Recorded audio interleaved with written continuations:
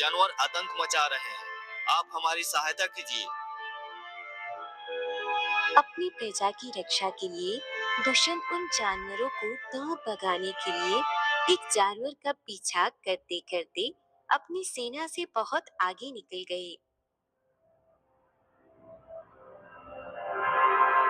अंतिम में जब वह जानवर पर अपना तीर छोड़ने ही वाले थे कि एक सन्यासी ने उन्हें रोक दिया और कहा, महाराज, आप कर्ण ऋषि के आश्रम के सीमा में हैं और यहाँ पर जीव हिस्सा वैध नहीं है। आप इस जीव को नहीं मार सकते हैं। राजा दुष्यंत ने उस ऋषि को प्रणाम किया और कण्व ऋषि के बारे में जानकारी मांगी। कर्ण ऋषि तो अभी आश्रम में नहीं है, अपनी बेटी की ग्रह शांति के लिए सोम तीर्थ में यज्ञ करने गए हैं। लेकिन उन्होंने इस आश्रम की जिम्मेदारी शकुंतला को सौंप रखी है, जो उनकी बेटी है। आप चाहे तो उनसे मिल सकते हैं।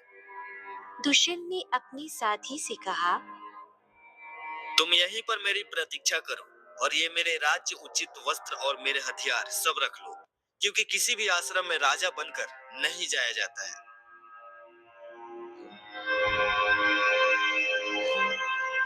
इस प्रकार दुष्यंत एक साधारण मनुष्य की भांति उस आश्रम में शकुंतला से मिलने के लिए चला गया। दुष्यंत आश्रम की तरफ बढ़ते चले जा रहे थे। रास्ते में उनके कानों में कुछ स्त्रियों की खिलखिलाने की आवाज पड़ी। जब उन्होंने ध्यान दिया तो एक आवाज आ रही थी,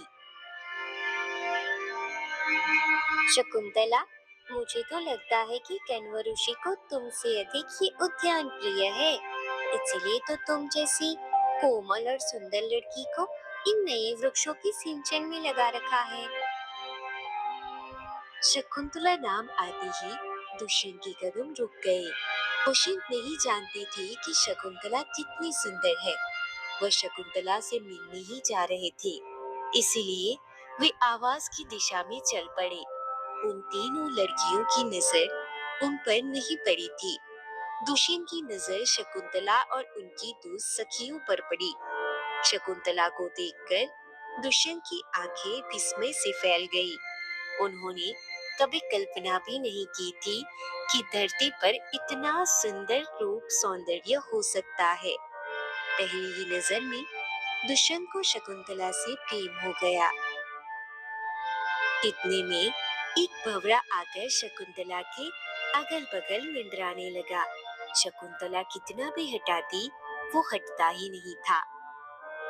ये भौरा कितना सुखी है, जो निश्चित होकर शकुंतला के घरों के आसपास मंडरा रहा है, और मैं बस यहाँ बैठा हुआ देख रहा हूँ। मैं कुछ कर भी नहीं सकता हूँ।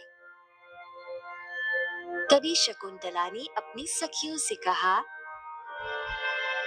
अरे सखियों, इस भंवरे को हटाओ तो मुझसे, ये तो हट ही नहीं रहा है।